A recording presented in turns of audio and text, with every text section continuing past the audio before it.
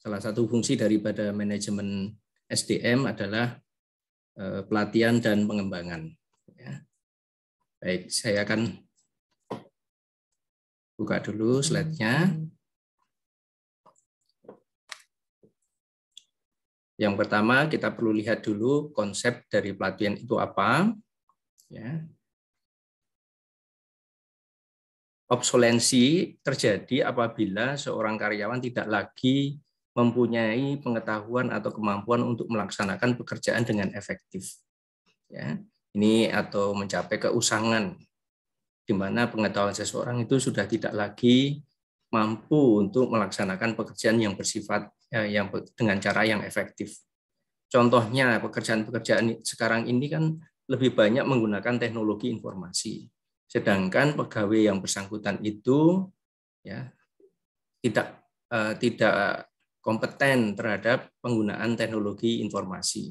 Nah, pada saat seperti itulah dibutuhkan pelatihan dan pengembangan. Nah, nanti pencapaiannya di antara karyawan juga akan berbeda-beda. Ada yang dapat mencapai perkembangan dengan cepat, ada yang lambat, ada yang sama sekali tidak mampu. Ya, ini obsolensi. Yang kedua, perubahan-perubahan sosioteknis merupakan tantangan bagi Departemen SDM dalam mempertahankan SDM yang efektif. Nah, di era revolusi industri 4.0 sekarang ini, perubahan sosioteknologisnya terjadi sangat cepat. Ya, kalau yang di teknisnya adalah revolusi industri 4.0, kalau di sosiologinya perubahan atau revolusi sosial 5.0. Ya, nanti di dalam materi yang lain akan dijelaskan bagaimana revolusi industri 4.0 dan revolusi sosial 5.0. Ya, sekarang kita sudah menuju ke sana. Nah, kalau perubahan-perubahan itu tidak bisa dihadapi, maka akan sulit mempertahankan SDM yang efektif di dalam pekerjaan. Yang lainnya adalah perputaran tenaga kerja, turnover. Karyawan yang keluar dari perusahaan untuk bekerja di perusahaan lain merupakan salah satu tantangan khusus yang dihadapi oleh SDM dalam pekerjaan. Labor turnover yang ideal itu adalah 5%, di bawah 5%. Ya. Akan bagus kalau misalnya di bawah 2%, itu akan sangat bagus. Tapi kalau sudah di atas 5%, itu sudah ada tanda-tanda yang harus diwaspadai. Ya, bisa jadi perusahaan kita tidak menarik ya, bagi tenaga-tenaga yang ada di dalam perusahaan sendiri. Ya, mereka ingin keluar dari perusahaan karena adanya ketidakpuasan yang terjadi kepada perusahaan. Nah, kalau terlalu banyak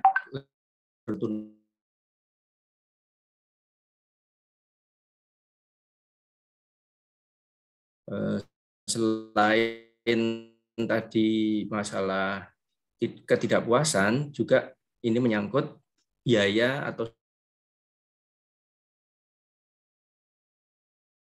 karyawan yang sudah bekerja di dalam perusahaan itu memulai dengan proses rekrutmen sejak awal. Kemudian ada biaya-biaya yang dikeluarkan untuk rekrutmen, seleksi, biaya yang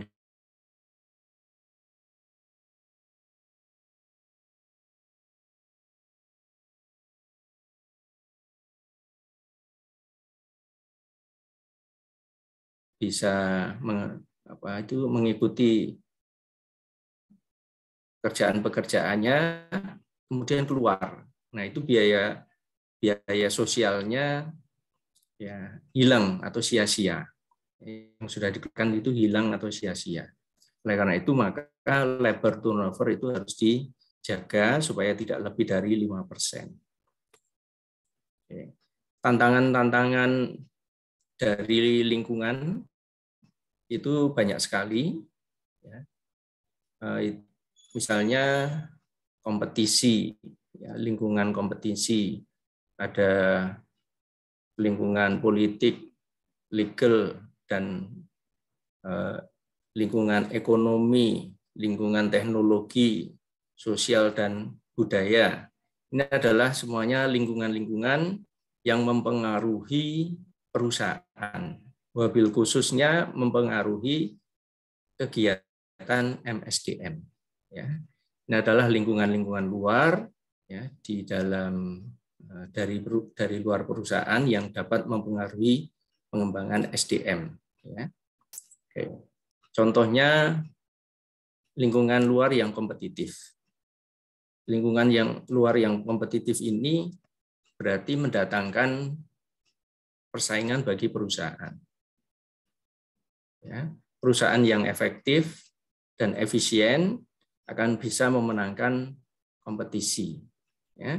Perusahaan yang tidak efisien, tidak efektif, maka akan kalah bersaing. Oleh karena itu, tugasnya SDM adalah menyiapkan SDM yang kompetitif, supaya mampu bersaing dengan lingkungan yang ada di luar. Politik dan legal, lingkungan politik dan hukum ini juga berpengaruh.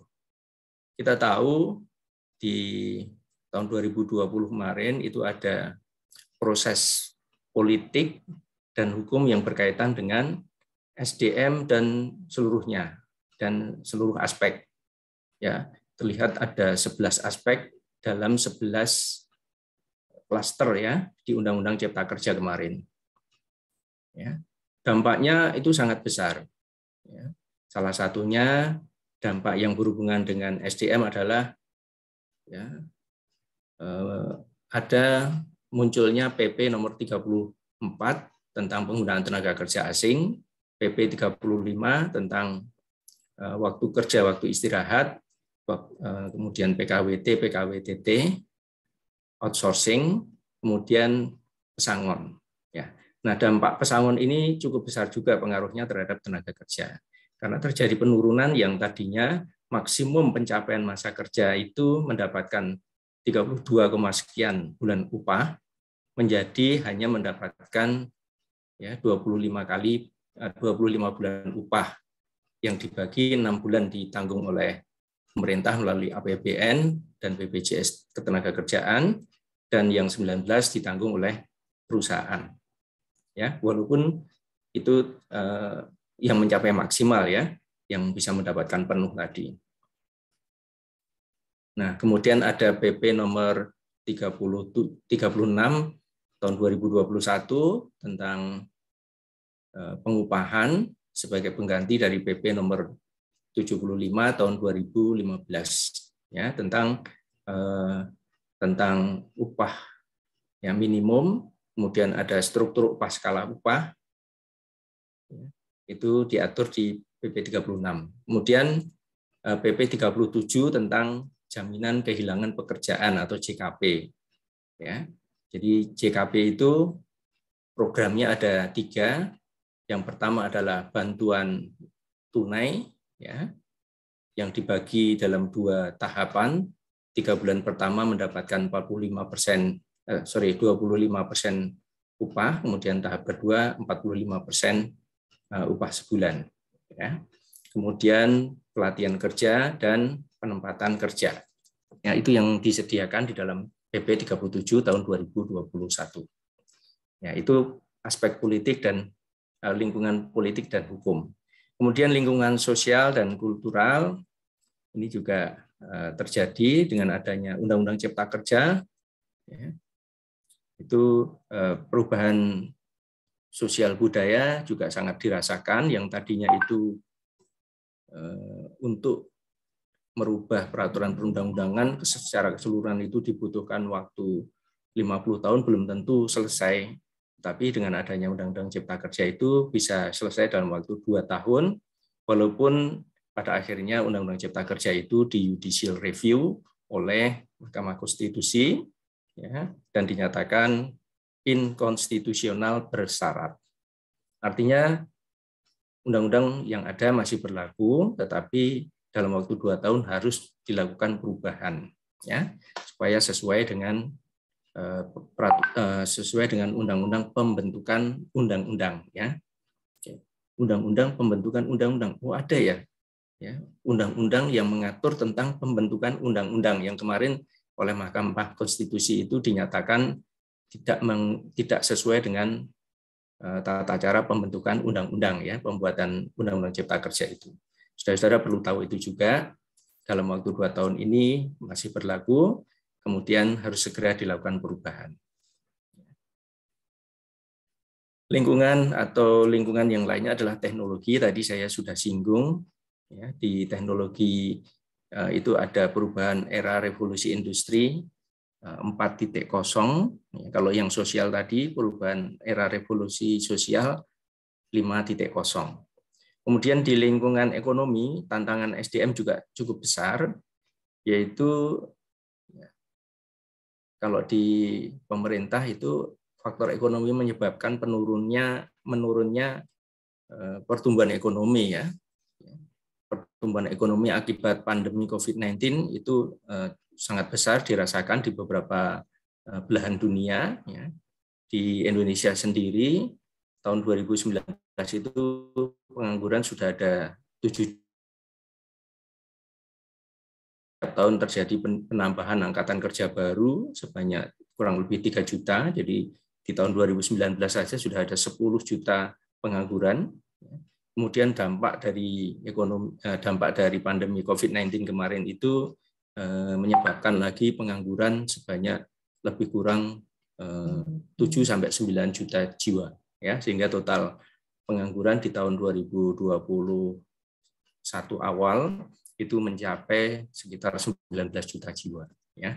Nah, di tahun 2022 ini sedang ada perbaikan dalam ekonomi yang tadinya kita masih minus di tahun 2021, kemudian di tahun 2022 awal itu sudah menunjukkan prediksi positif pertumbuhan ekonominya, walaupun kita sempat mengalami resesi ekonomi, ya. Baik, itu lingkungan yang ada di luar yang mempengaruhi perencanaan SDM, yang mempengaruhi aktivitas MSDM. Baik, kaitannya dengan pelatihan dan pengembangan apa? Ya, kalau ya, misalnya pengaruh kompetisi itu menyebabkan, ya, pelatihan dan pengembangan harus diaktifkan. Ya, pengaruh hukum ini juga menyesuaikan dengan peraturan perundang-undangan yang baru. Sosial budaya itu pengaruhnya terhadap pelatihan MSDM. Ya, kita harus menyesuaikan perubahan yang terjadi di luar. Ya, teknologi juga demikian, perubahan yang di luar, penggunaan teknologi kita harus sesuaikan. Nah, dampak ekonomi itu terhadap pelatihan dan pengembangan ada pada menurunnya pelaksanaan pelatihan dan pengembangan. Ya, karena biaya untuk pelatihan dan pengembangan itu tidak sedikit, dan biasanya yang menjadi korban kalau krisis ekonomi yang dialami oleh perusahaan atau beberapa perusahaan itu adalah pelatihan dan pengembangan di freeze, ya, rekrutmen juga di freeze, ya, tidak dilaksanakan atau dikurangi, gitu ya. Baik, kita lihat sekarang definisi dari pelatihan dan pengembangan. Pelatihan dan pengembangan adalah usaha yang terencana dari organisasi untuk meningkatkan pengetahuan, keterampilan, dan kemampuan pegawai. Ya, itu definisi secara umum sekaligus pelatihan dan pengembangan. Sekarang kita lihat yang pelatihan saja. Pelatihan lebih ditekankan kepada peningkatan kemampuan untuk melakukan pekerjaan secara spesifik saat ini. Ya, jadi yang ditekankan untuk pelatihan itu adalah melakukan pekerjaan saat ini. Ya, pelatihan ditujukan untuk meningkatkan kemampuan untuk melakukan pekerjaan yang spesifik pada saat ini. Ya, sedangkan pengembangan lebih ditekankan kepada peningkatan pengetahuan untuk melakukan pekerjaan pada masa yang akan datang. Ya, pengembangan itu hasilnya tidak diperoleh saat ini, tetapi bisa diketahui hasilnya itu 6 bulan ke depan, ya, untuk masa yang akan datang. Ya, itu definisinya ya. Kemudian masih pelatihan dan pengembangan. Pelatihan adalah proses meningkatkan kemampuan spesifik karyawan untuk membantu mencapai tujuan organisasi. Ya. Tujuannya untuk meningkatkan kemampuan spesifik karyawan untuk mencapai tujuan organisasi. Sedangkan pengembangan adalah usaha-usaha untuk meningkatkan kemampuan karyawan untuk menghadapi berbagai penugasan di masa yang akan datang. Ya, tadi dari depan tadi sudah bisa kita lihat ya. Oke, jadi kalau terjadi kesenjangan antara kemampuan dan tugasnya, maka pelatihan dipakai untuk menjembatani ya, kemampuan karyawan yang efektif saat ini, sedangkan pengembangan untuk menjembatani ya, kemampuan karyawan pada masa yang akan datang, kemampuan untuk bekerja. Ya. Lalu perbandingan atau perbedaan antara pelatihan dan pengembangan. Perbedaan dapat kita lihat dari beberapa aspek. Yang pertama dari fokusnya, ya, jangka waktunya, tujuannya, hasilnya, dan pengukurannya. Pelatihan fokus pada aspek spesifik yang relatif sempit, sedangkan pengembangan aspek kapasitas di dalam setiap penugasan yang akan datang. Ya. Jangka waktunya untuk pelatihan itu pendek biasanya ya, sedangkan pengembangan jangka waktunya lebih panjang. Ya. Oke, karena untuk pelatihan itu kurang dari 6 bulan, sedangkan pengembangan itu ya kira-kira 6 bulan ke atas. Ya, itu baru dapat dicapai hasilnya. Tujuannya pelatihan adalah untuk menunaikan pekerjaan saat ini, dan pengembangan adalah dapat menangani berbagai penugasan di masa yang akan datang. Hasilnya untuk pelatihan langsung dan cepat ya, dapat diketahui. Sedangkan pengembangan tidak langsung dapat diketahui saat ini. Ya. Kemudian pengukuran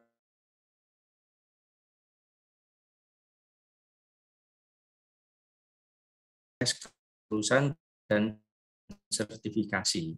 Kalau pelatihan, ya, pengukuran efektivitasnya kalau kinerjanya baik, maka pelatihannya berhasil. Pelatihan itu berhasil karena pelatihan itu bisa menghemat biaya. Ya, kalau orang belajar terus tanpa ada pelatihan, maka itu efektivitas kerjaannya sedikit ya, rendah. Kalau ada pelatihan, ini bisa dipercepat dan biayanya menjadi menurun, ya, produktivitasnya naik. Kemudian pelatihan itu diukur dari tes kelulusan atau sertifikasi. Ya. Makin banyak sertifikasi yang diperoleh karyawan, maka pelatihan itu menjadi efektif. Ya. Pengembangan, ya, pengukurannya adalah SDM yang siap ditugaskan atau promosi keunggulan kompetitif. Ya. Jadi keberhasilan di dalam pengembangan itu adalah manakala terjadi promosi, terjadi mutasi, terjadi kenaikan pangkat, maka SDM yang dikembangkan tadi siap untuk menerima penugasan yang lebih tinggi dari sebelumnya. Ya, berarti di situ ada keunggulan kompetitif di dalam pengembangan. Oke. Apa tujuan pelatihan dan pengembangan? Ya.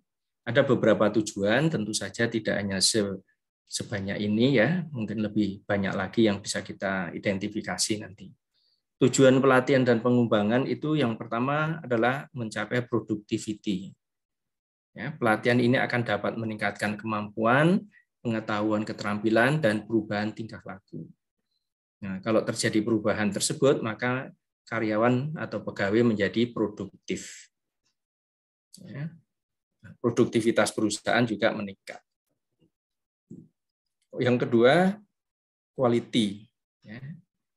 Dapat memperbaiki kualitas dari tenaga kerja dan memperkecil kemungkinan terjadinya kesalahan di dalam bekerja. Ya. Dengan adanya pelatihan dan pengembangan, maka kualitas pekerjaan atau kualitas produk itu menjadi lebih baik, ya, daripada tidak dilakukan pelatihan dan pengembangan. Yang ketiga, manpower planning, ya, human resource planning, memudahkan seseorang bekerja untuk mengisi kekosongan jabatan dalam suatu perusahaan sehingga perencanaan SDM dapat dilakukan dengan lebih baik. Ya, dengan adanya pelatihan pengembangan, maka kita akan mengetahui setiap orang kinerjanya, ya, kemampuannya, ya, keterampilannya, itu dapat diketahui sehingga manpower planning-nya lebih mudah.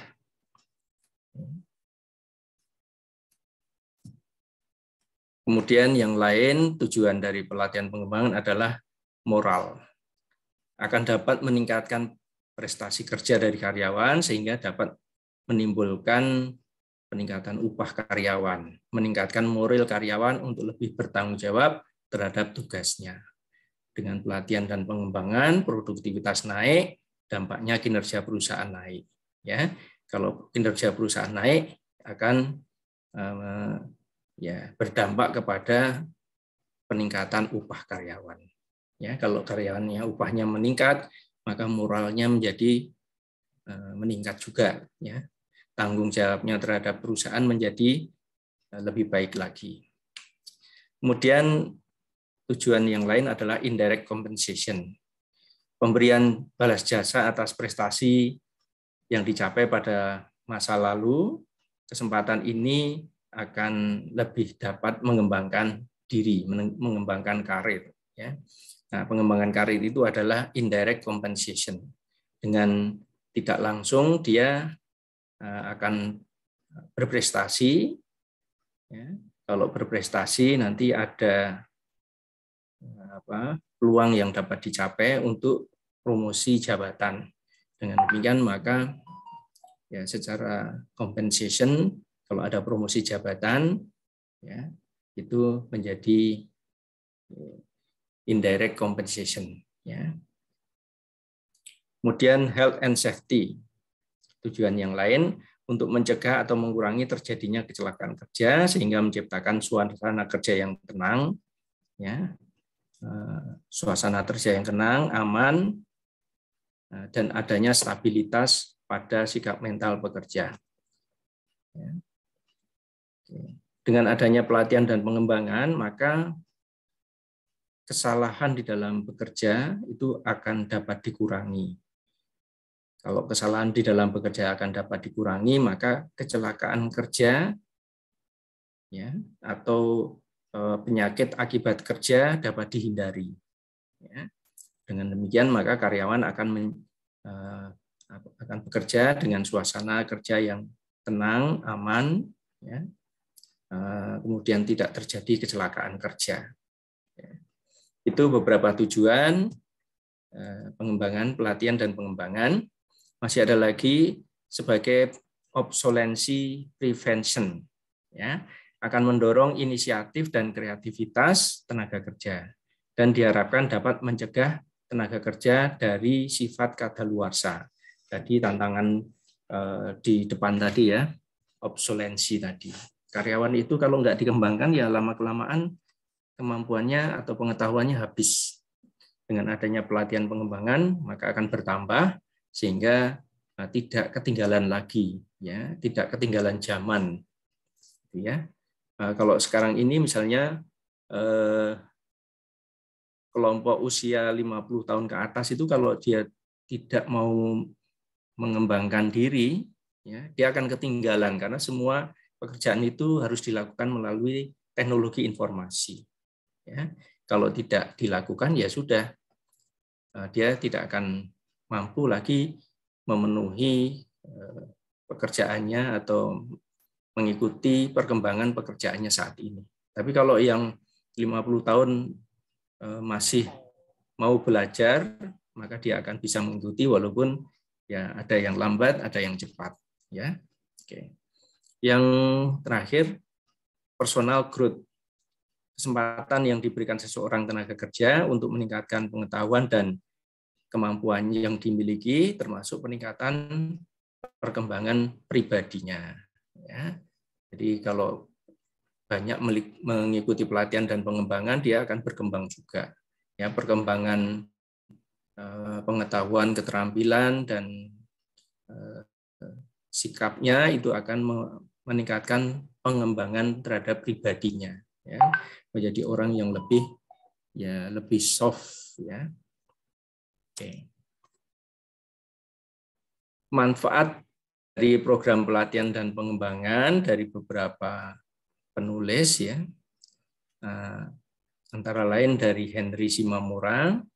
Manfaat dari pelatihan dan pengembangan ada beberapa manfaat. Contohnya saja ini, ya, meningkatkan kualitas dan kuantitas produktivitas. Kemudian mengurangi waktu belajar yang diperlukan karyawan untuk mencapai standar kinerja yang dapat diterima. Ya, dengan pelatihan dan pengembangan itu, ya, maka dia akan mampu mencapai standar kinerja yang dapat diterima, ya, dan mengurangi waktu untuk belajar mandiri.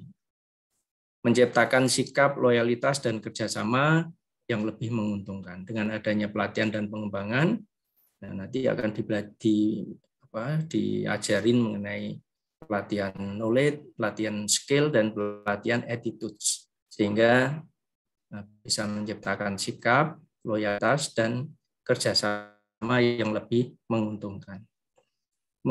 Memenuhi persyaratan-persyaratan perencanaan kinerja, persyaratan perencanaan SDM. Ya, dalam perencanaan SDM itu kan ada perencanaan jumlah dan perencanaan kuantitas dan kualitas serta waktu yang tepat. Kemudian membantu karyawan di dalam meningkatkan dan mengembangkan pribadi mereka. Ya, ini ada sedikit irisan atau kaitannya dengan tujuan yang tadi, ya. Manfaat ini ada irisan atau tujuan yang sama dengan di depan tadi, ya, manfaat dan tujuan. Oke. Siapa yang menjadi penanggung jawab di dalam pelatihan dan pengembangan? Oke, ini saya akan buka kepada peserta atau mahasiswa untuk menjawab siapa yang bertanggung jawab terhadap pelatihan dan pengembangan. Ada yang tahu? Silahkan sharing. Siapa yang bertanggung jawab? Silahkan, bisa dibuka suaranya. Ada yang tahu yang bertanggung jawab terhadap pelatihan dan pengembangan itu siapa?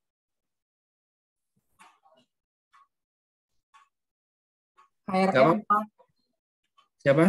HRM, Pak. HRM, ya. SDM, ya, berarti, ya. Iya, Pak. Ada lagi? Selain SDM, siapa? Pelatihan dan pengembangan merupakan salah satu fungsi daripada MSDM. Oke. Hanya SDM saja yang bertanggung jawab terhadap pelatihan dan pengembangan? Enggak, Pak. Termasuk stafnya sendiri dan juga unitnya, kepala unitnya, Pak. Karyawan dan manajernya, gitu, ya. Oke. Siapa lagi yang berperan yang bertanggung jawab terhadap pelatihan dan pengembangan? Tadi sudah ada SDM, kemudian karyawannya sendiri dan manajernya, ya, atasan langsung, ya. Oke, saya buka saja. Yang bertanggung jawab terhadap pelatihan dan pengembangan, yang pertama adalah manajemen puncak. Tanggung jawabnya di mana? Memberikan dukungan dan anggaran. SDM-nya sudah membuat program pelatihan dan pengembangan, karyawannya juga siap untuk ditugaskan, atasannya juga sudah mendukung. Tapi kalau anggarannya tidak ada, maka ya rencana tinggal rencana. Ya. SDM sudah menyiapkan nih, tapi dukungan dananya tidak turun, ya, pelatihannya menjadi tertunda atau batal. Ya, jadi yang pertama adalah manajemen puncak, dalam hal ini adalah dukungan dana dan anggaran. Oke, apalagi di masa pandemi COVID-19 kemarin itu, ya, yang paling mudah untuk diturunkan adalah anggaran pelatihan. Ya. Yang kedua, manajemen SDM. Ya. Manajemen SDM itu memberikan dukungan di dalam program pelatihan dan pedoman di dalam pelaksanaan pelatihan. Lalu atasan langsung, ini juga bertanggung jawab, ya, memberikan dukungan dan menciptakan iklim yang kondusif, ya, agar pekerjanya mau mengikuti pelatihan. Kalau atasannya menahan, ini sedang workload, nggak boleh pergi untuk mengikuti pelatihan. Nah, itu atasan langsung kadang-kadang begitu. Ya. Kemudian karyawan sendiri, ya, ada nggak minat dan motivasinya untuk mengikuti pelatihan dan pengembangan. Ya, ini tanggung jawab setiap orang, ya, pelatihan dan pengembangan itu. Oke, terjawab ya. Siapa yang bertanggung jawab terhadap pelatihan dan pengembangan? Oke. Nah, nanti di dalam tugas kedua saya akan membuat tugas dari sini. Ya, tugas kedua nanti dibuat dari sini.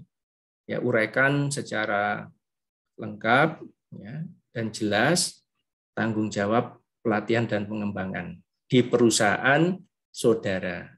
Ya, kalau yang sudah punya tempat kerja, baik itu lembaga pemerintah, lembaga korporasi maupun lembaga sosial, ini pasti ada, ya.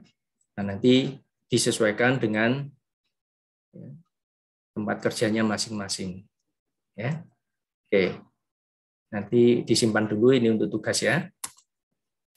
Faktor-faktor yang mempengaruhi pelatihan dan pengembangan, ya, dari tanggung jawab tadi juga sudah kelihatan adanya dukungan dari manajemen puncak dalam hal komitmen dan biaya anggaran. Lalu komitmen dari manajer, baik spesialis maupun yang generalis. Kemudian adanya kemajuan teknologi, terutama komputer dan internet. Sekarang banyak pekerjaan yang, ya, dilakukan itu melalui teknologi, terutama penggunaan komputer dan internet. Kemudian ada kompleksitas organisasi yang menyebabkan tugas-tugas dan interaksi menjadi lebih rumit. Ini faktor-faktor yang mempengaruhi pelatihan dan pengembangan. Gaya belajar juga mempengaruhi pelatihan dan pengembangan. Kemudian fungsi-fungsi MSDM lainnya. Ini juga mempengaruhi pelatihan dan pengembangan. Gaya belajar, metode belajar ini juga sangat mempengaruhi. Terutama di dalam masa pandemi kemarin itu banyak pelatihan-pelatihan dan pengembangan itu dilakukan melalui webinar atau melalui Zoom meeting dan sebagainya. Ya, saya kemarin selama pandemi itu banyak sekali melakukan pelatihan-pelatihan online. Ya, tentunya yang menilai keberhasilan atau tidaknya itu adalah lembaga-lembaga atau korporasi yang mengirimkan pesertanya mengikuti pelatihan. Kalau dari sisi trainer atau dari sisi instruktur, ya mendelegasi atau menyampaikan paparan dan presentasinya, ya. Nah, masalah efektivitas atau tidaknya, ya masing-masing lembaga yang mengirimkan peserta pelatihan itu yang akan mengevaluasi, karena setelah selesai pelatihan itu instruktur udah lepas, ya. Tapi kalau pelatihan yang sifatnya konsultasi, memang ada evaluasi nanti yang harus dilakukan, ya. Kemudian juga faktor-faktor yang mendukung, yang mempengaruhi pelatihan dan pengembangan adalah fungsi-fungsi lainnya di dalam perusahaan. Fungsi-fungsi lainnya di dalam perusahaan, ya ada fungsi, ya, selain pelatihan dan pengembangan kan ada Kalau di dalam fungsi SDM itu masih ada lagi, ada rekrutmen seleksi, ada manajemen kinerja, ada compensation benefit, ya, dan sebagainya. Itu adalah fungsi-fungsi manajemen SDM yang lainnya. Tahap-tahap di dalam pelatihan dan pengembangan, ada beberapa ahli, ya, salah satunya Werder Davis, itu melakukan tahapan-tahapan di dalam pelatihan dan pengembangan. Yang pertama, tahapannya adalah melakukan analisis kebutuhan pelatihan. Kalau kita lihat di sini, ini adalah analisis kebutuhan pelatihan.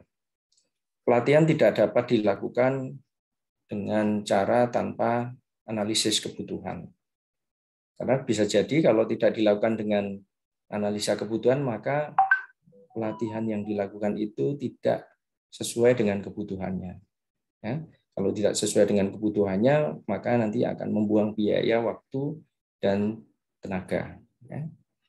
Kemudian setelah analisis kebutuhan, penetapan tujuan pelatihan dan pengembangan. Ya. Yang kedua, menetapkan tujuan. Tadi ada beberapa tujuan yang kita identifikasi di depan tadi, ya. Nah, tujuan-tujuan mana yang akan ditetapkan di dalam pelatihan dan pengembangan. Lalu setelah mengetahui tujuannya, fokusnya, baru kita menyusun isi daripada program pelatihan dan pengembangan. Ya.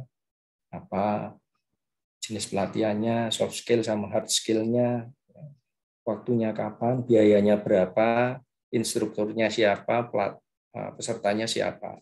Ya, itu programnya.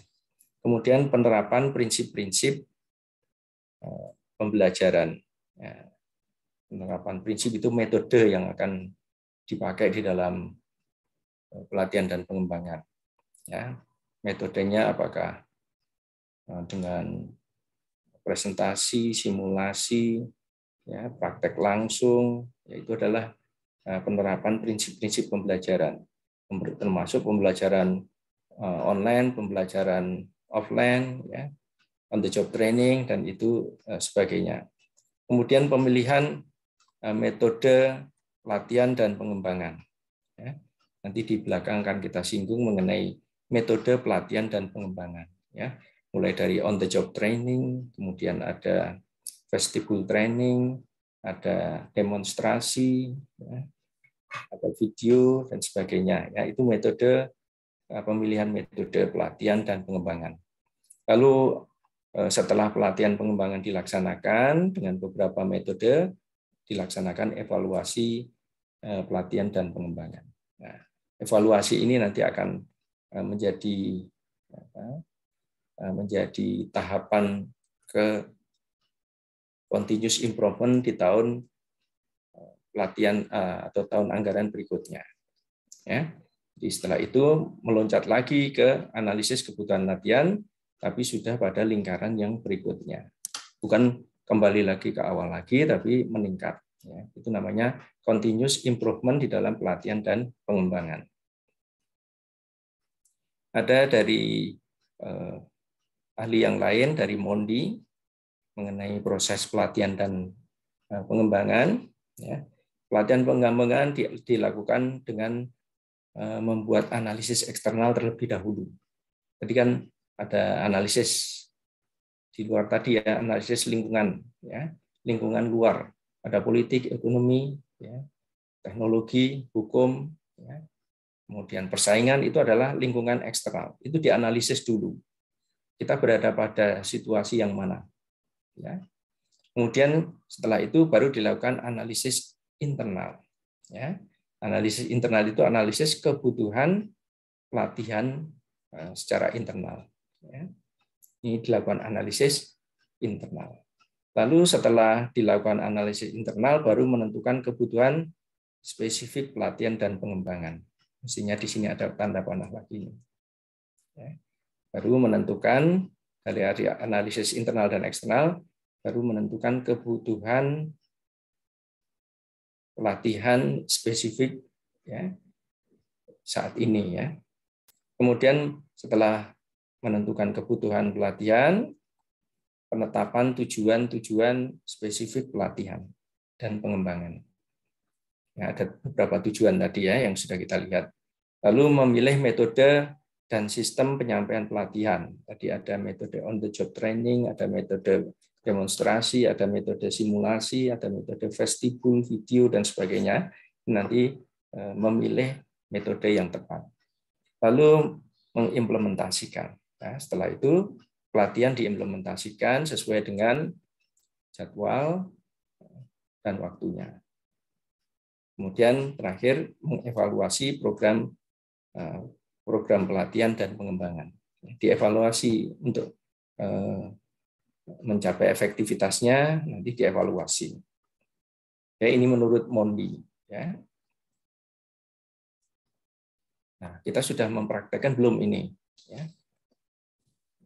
Kalau pelatihan yang dilakukan di perusahaan tidak diawali dengan analisis internal eksternal, lalu identifikasi kebutuhan, menetapkan tujuan, memilih metode dan mengimplementasikan, diakhiri dengan evaluasi, maka pelatihan yang kita lakukan ya tidak akan mencapai produktivitas yang diharapkan.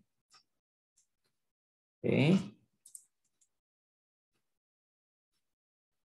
Nah, kita lihat evaluasi keberhasilan pelatihan.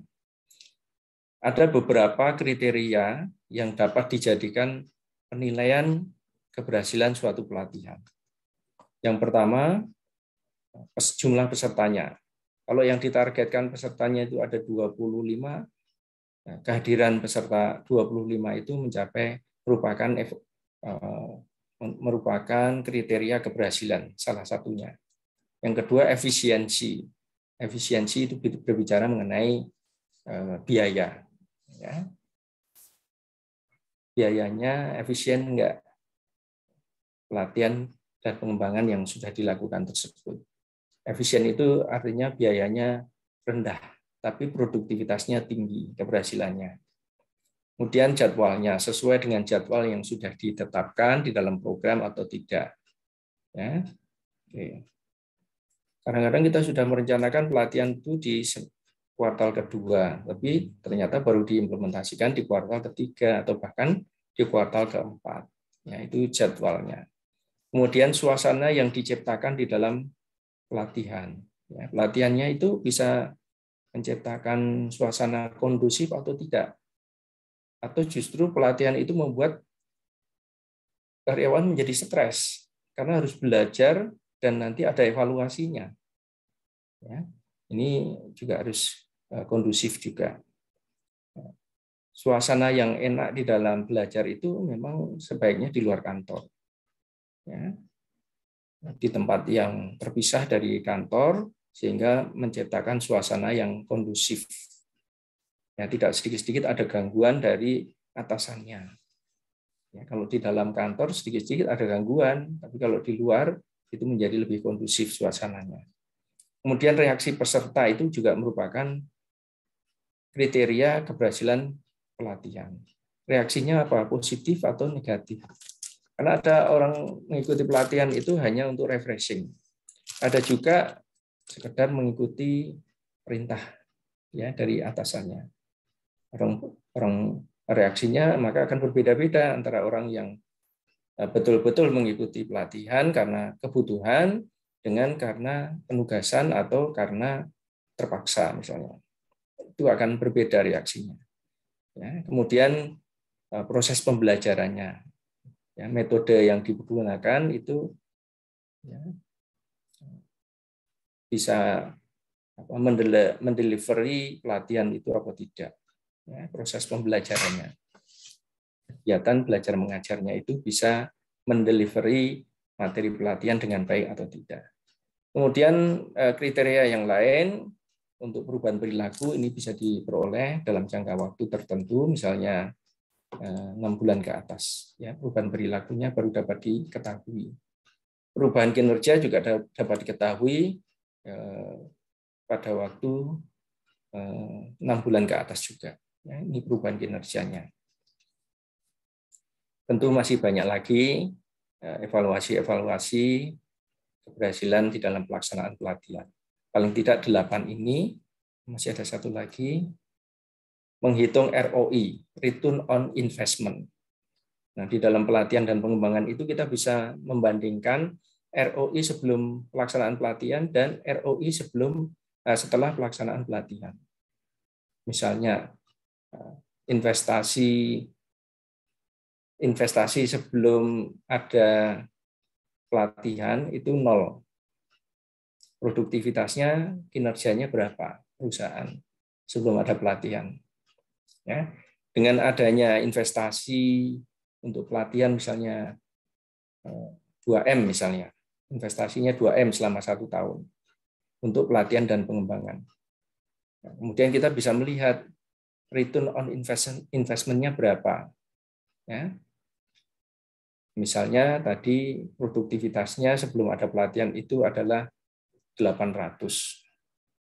Setelah ada pelatihan dan pengembangan, maka produktivitasnya menjadi 1000 unit. Ya, maka nanti bisa dihitung 2M. Ya, 2M itu menyebabkan investasi 2M itu menyebabkan meningkatnya produktivitas sebanyak 200 unit. Nanti 2M tadi setara enggak dengan 800 unit? Itu namanya return investment-nya nanti bisa dihitung. Ya. Baik, itu beberapa evaluasi keberhasilan pelatihan. Kemudian ukuran untuk mengevaluasi pelatihan dan pengembangan. Tadi beberapa di antaranya dari kriteria tadi ya. Opini peserta. Menanyakan opini para peserta agar memperoleh respon dan saran untuk perbaikan terutama dalam tingkat kepuasan peserta. Ini biasanya dibuat oleh SDM atau lembaga-lembaga pelatihan. Setelah selesai mengikuti pelatihan, ada formulir evaluasi yang diedarkan. Kemudian peserta mengisi. Nah, dari situlah kita bisa mengetahui opini peserta. Yang kedua, tingkat pembelajaran. Mengukur peningkatan kompetensi peserta dengan membandingkan hasil tes sebelum dan sesudah pelatihan. Ini biasanya dilakukan melalui pre-test dan post-test. Nah, saya juga sering melakukan ini ya. Pelatihan dilakukan sebelum dan setelah pelatihan. Evaluasi dilakukan sebelum dan setelah pelatihan. Kalau tingkat pembelajaran ini berarti pemahaman terhadap materi, ya, bukan pemahaman terhadap kualitas pekerjaan, tetapi terhadap materi. Ya. Kalau misalnya pada waktu pretest itu ada 10 soal, berhasil mengerjakan misalnya 4. Setelah mengikuti pelatihan, di akhir sesi pelatihan dilakukan post-test. Nah, post-testnya itu nanti nilainya berapa? Misalnya sebelum pelatihan itu 4, setelah pelatihan menjadi 9. Berarti ada peningkatan di dalam pembelajaran sebanyak 5 poin. Kalau sebelum pembelajaran dilakukan evaluasi skornya 8, kemudian setelah pelatihan dan pengembangan skornya menjadi 4, nah itu berarti tingkat pembelajarannya itu justru membuat peserta menjadi bingung. Kenapa?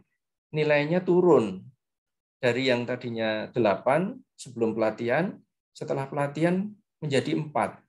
Nah ini ada tanda tanya besar. Tingkat pencapaian belajarnya rendah, ya bahkan menurun.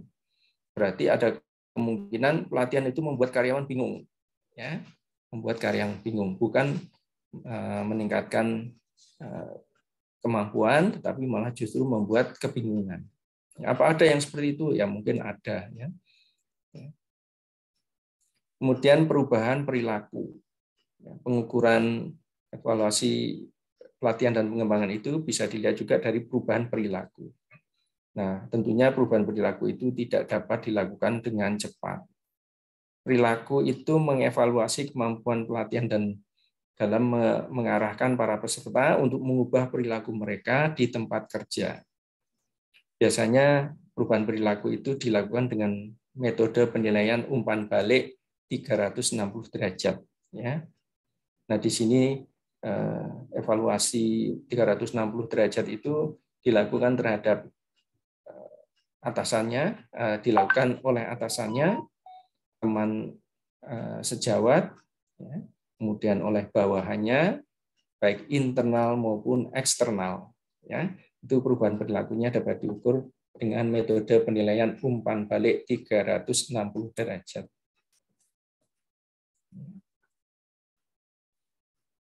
Yang lain adalah pencapaian tujuan pelatihan dan pengembangan, mengevaluasi sampai di mana program-program tersebut telah mencapai tujuan-tujuan yang ditetapkan dan secara nyata berdampak pada kinerja.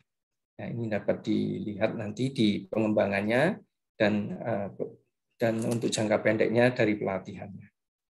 Lalu juga evaluasi dengan benchmarking, ya, proses monitoring dan pengukuran, proses internal dan dalam suatu perusahaan seperti operasi, ya, di bagian operasi, dan kemudian membandingkan data tersebut dengan informasi dari perusahaan-perusahaan yang unggul dalam bidang tersebut.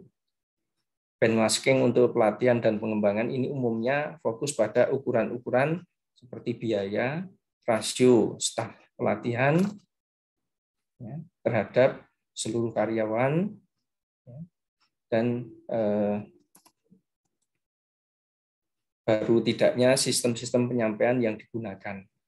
Ya, ini benchmarking dengan perusahaan-perusahaan lain yang lebih unggul. Ya, kalau kita melakukan benchmarking dengan perusahaan yang lebih rendah, ya tidak apple to apple nanti. Ya, kalau kita mau benchmarking ya dengan perusahaan yang lebih tinggi atau minimal sama. Oke. Evaluasi pelatihan dilihat dari efek pelatihan dikaitkan dengan reaksi peserta terhadap isi dan proses pelatihan. Ya, ini reaksinya peserta terhadap isi dan proses pelatihannya seperti apa. Ini evaluasi dilihat dari efeknya. Kemudian juga dikaitkan dengan pengetahuan yang diperoleh melalui pengalaman latihan. Ya, dari pelatihan yang sudah dilaksanakan, efeknya terhadap pengetahuan yang diperoleh seperti apa. Kemudian perubahan perilaku, dan yang terakhir ada perbaikan pada organisasi. Ya, kalau 1-3 itu terhadap karyawannya, kemudian yang keempat ini terhadap organisasi. Ya, pelatihan dan pengembangan juga selain bermanfaat untuk karyawannya, juga harus ya, memiliki dampak perbaikan terhadap organisasi, ya, menjadi efektif dan efisien di dalam bekerja sehingga mendatangkan kinerja dan produktivitas dan kinerja perusahaan.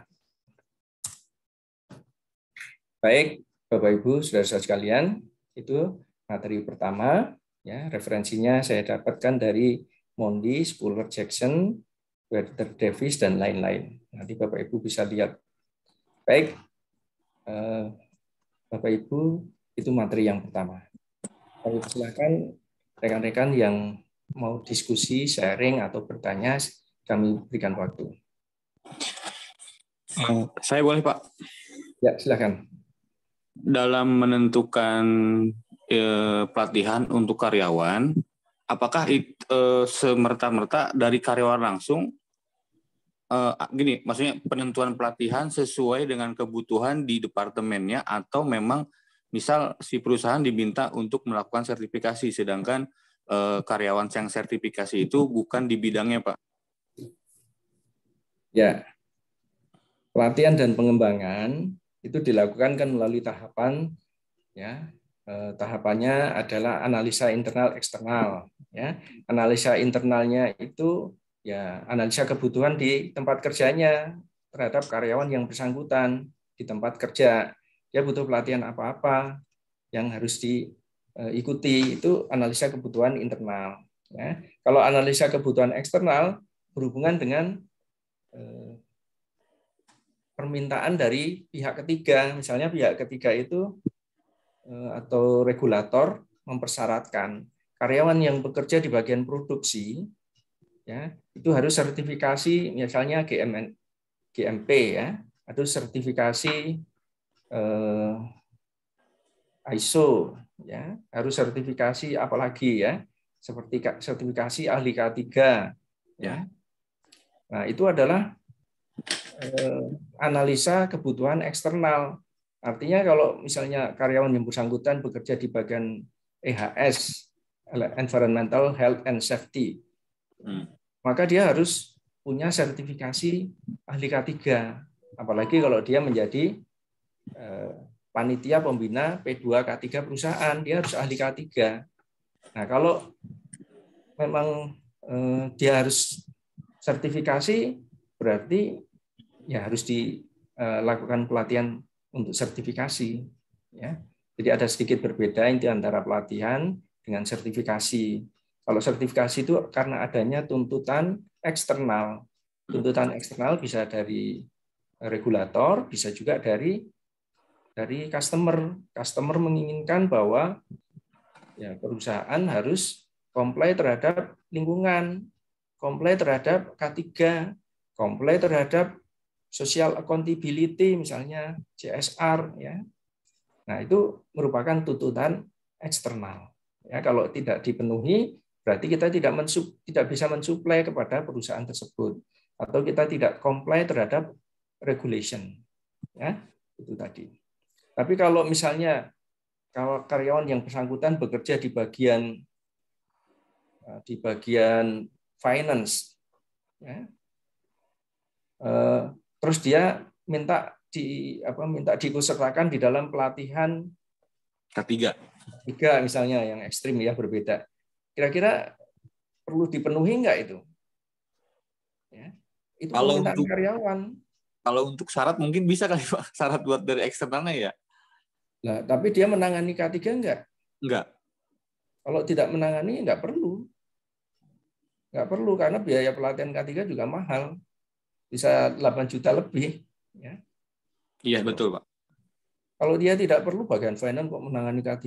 Nah, kecuali dia di bagian general affair atau di bagian maintenance, di bagian K3-nya, dia kalau mau sertifikasi itu ya berarti sesuai dengan kebutuhan karena itu merupakan tuntutan regulasi, tuntutan pekerjaannya. Tapi kalau finance minta K3 tadi kan nggak sesuai, ya kan? Nah, kemudian kalau di bagian produksi atau di bagian quality control, ya, dia ingin mengikuti pelatihan ISO 9001 misalnya, itu kan ada hubungannya dengan pekerjaannya, ya. Iya. Paling tidak sesuai dengan tupoksinya gitu. Ya. Maka kalau sesuai, ya idealnya dipenuhi pelatihan itu, ya. Oke. Tapi kalau tidak sesuai, ya bisa saja nanti bagian SDM mengatakan ini belum dari hasil identifikasi tidak diperlukan. Ya. Oke, ada lagi Bapak Ibu yang lain?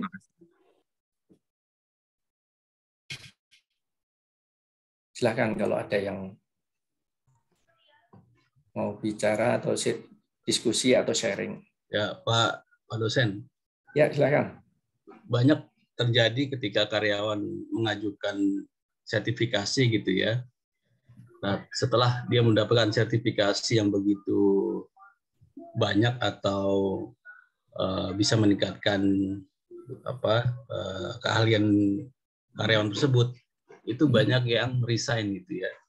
Nah, ada nggak trik atau treatment yang mungkin bisa mengikat gitu Pak dosen, karena memang ada dalam tanda kutip gitu ya, karyawannya mengajukan sertifikasi itu untuk dia bisa lompat gitu ya.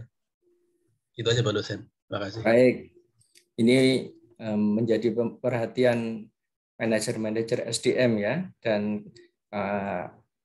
manajer-manajer lainnya ya. Setelah dilakukan sertifikasi kemudian keluar. Nah, kalau itu maka nanti ROI-nya nggak tercapai nanti ya. ROI-nya nggak tercapai. Maka untuk mengantisipasi supaya biaya pelatihan sertifikasi yang sudah dikeluarkan itu tidak hilang, maka biasanya untuk pelatihan-pelatihan tertentu ya yang biayanya besar itu dilakukan bonding ya. Bonding itu ikatan dinas.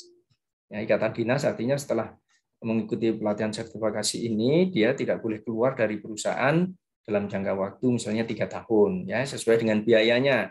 Nah, bukan berarti tidak bisa keluar, dia bisa keluar tetapi nanti ada bonding ya. Ada ikatan dinas, misalnya bondingnya itu misalnya dia ikut pelatihan itu 10 juta.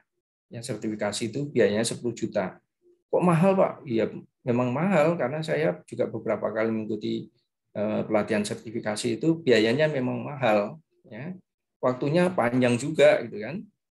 Nah, kemudian dari situ kita buat ikatan dinas. Misalnya biayanya 10 juta,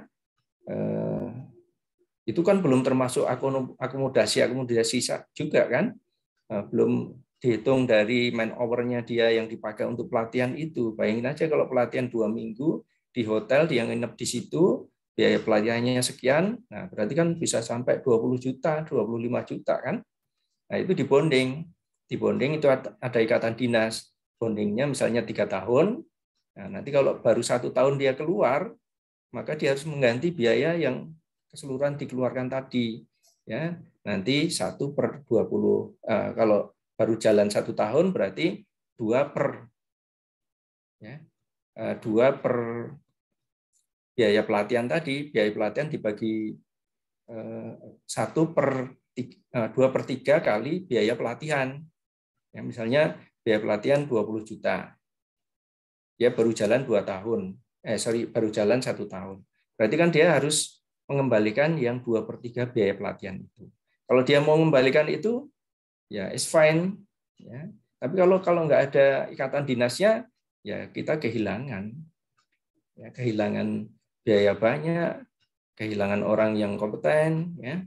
Nah, salah satunya itu dengan bonding. Yang lainnya, kalau dia sudah memiliki keahlian sertifikasi, ya harus di-retain. Ya, di-retain itu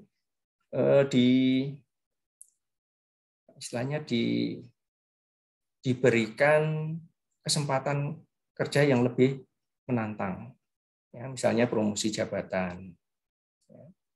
Atau dia diberikan bonus retain, misalnya dia akan diberikan bonus di akhir tahun, ya, kalau dia tetap berada di perusahaan.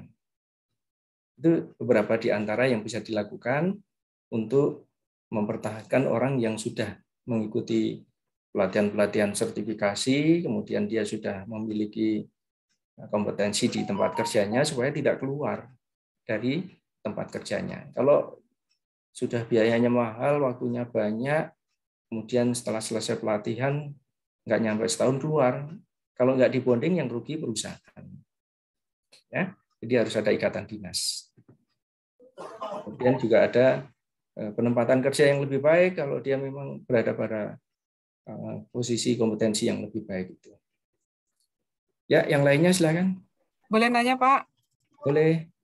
Pak Yuni, kalau untuk bonding itu tergantung daripada perusahaannya sendiri ya, Pak. Contohnya nih, kalau seperti yang Bapak sampaikan tadi kan, misalnya kita ikatan dinas gitu ya, Pak.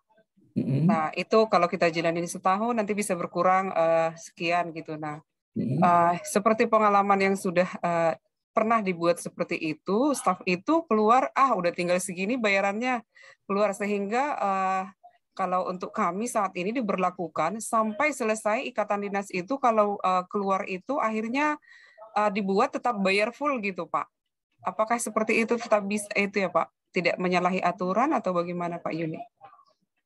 Ya, pada dasarnya karyawan bekerja di dalam perusahaan itu memiliki hak asasi. Ya, karyawan punya hak asasi untuk keluar dari perusahaan itu.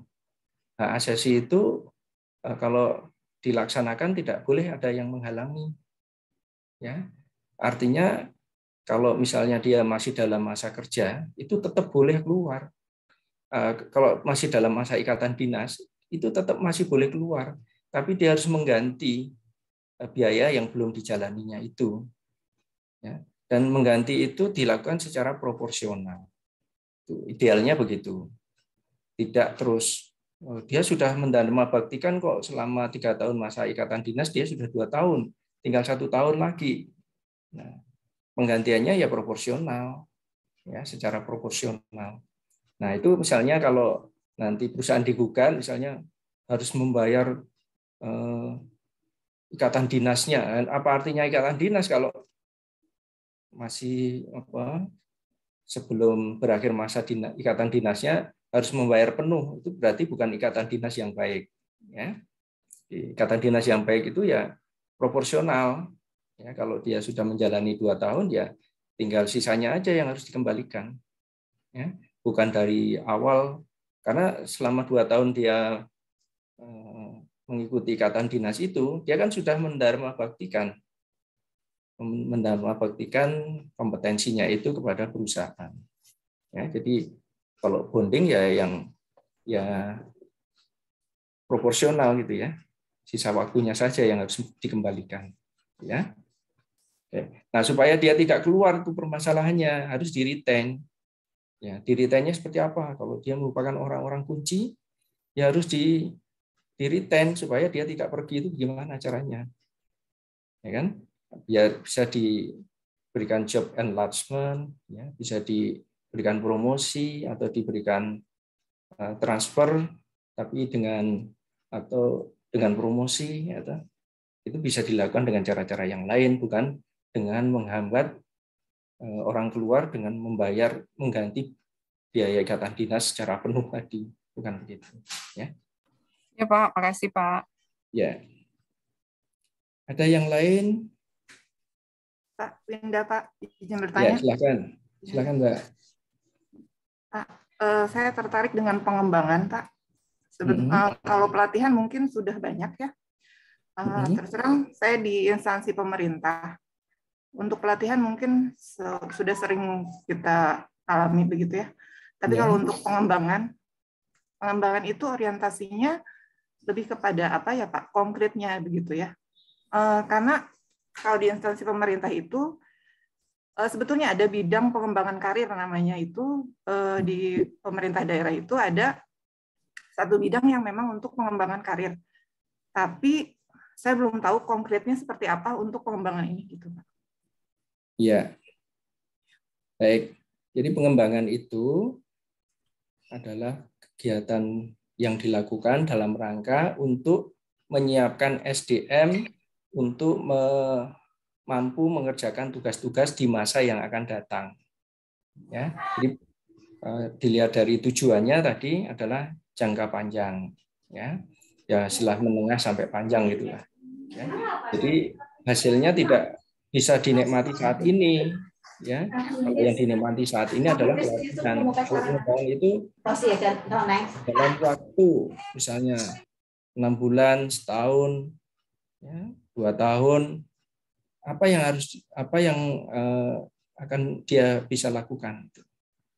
Nah, biasanya konkretnya kalau untuk pengembangan itu adalah berhubungan dengan pelatihan-pelatihan sikap, pelatihan-pelatihan leadership, pelatihan soft skill.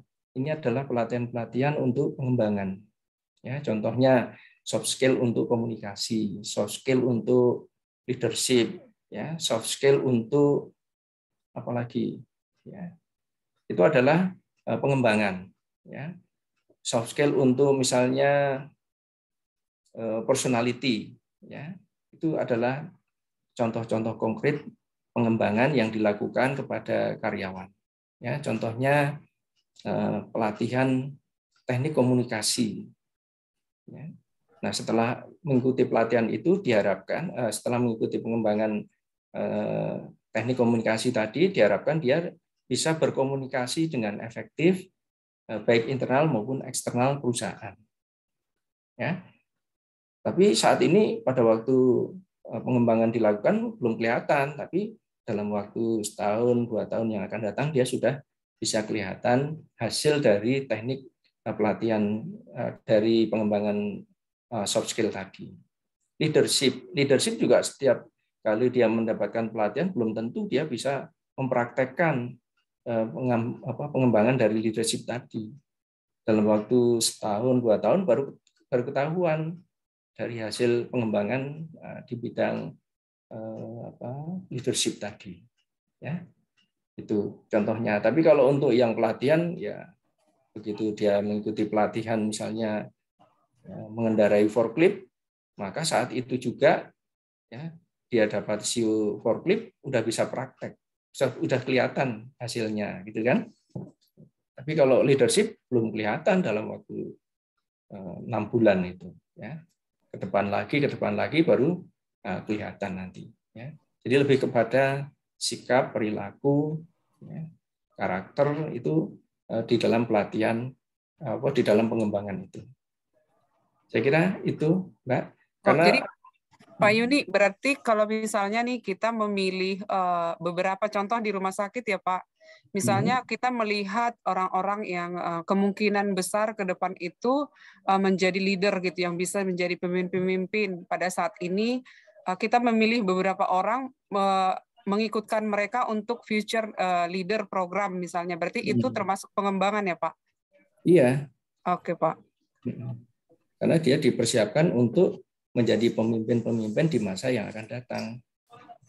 Nah, biasanya pemilihan calon-calon pemimpin yang akan datang itu melalui talent scouting, ya, melalui pemilihan talent. Ya. Nah, nanti dia diberikan pelatihan dari tahap awal sampai dengan nanti siap untuk menduduki jabatan tertentu. Ya, itu ada kualifikasinya. Kalau di pemerintah kan ada PIM 1, PIM 2, PIM 3 ya, dan seterusnya itu. Kalau di di korporasi itu biasanya awalnya dia menjadi manajemen trainee ya. Kemudian ditingkatkan menjadi supervisory leadership. Kemudian ada manager leadership ya, dan seterusnya ya. Itu pelatihan-pelatihan yang dilakukan di dalam leadership itu ya, kebanyakan adalah soft skill. Ya, soft skill bagaimana berkomunikasi yang baik, ya, bagaimana dia komunikasi verbal, komunikasi lisan atau tertulis, ya. Kemudian bagaimana bersikap, ya, perilakunya, itu semuanya adalah dari pelatihan-pelatihan yang soft skill ya, atau pelatihan leadership yang lebih banyak kepada soft skill daripada hard skill-nya. Baik, itu ada lagi Bapak Ibu? Oke, kalau tidak ada saya akan masuk ke bagian kedua. Ya.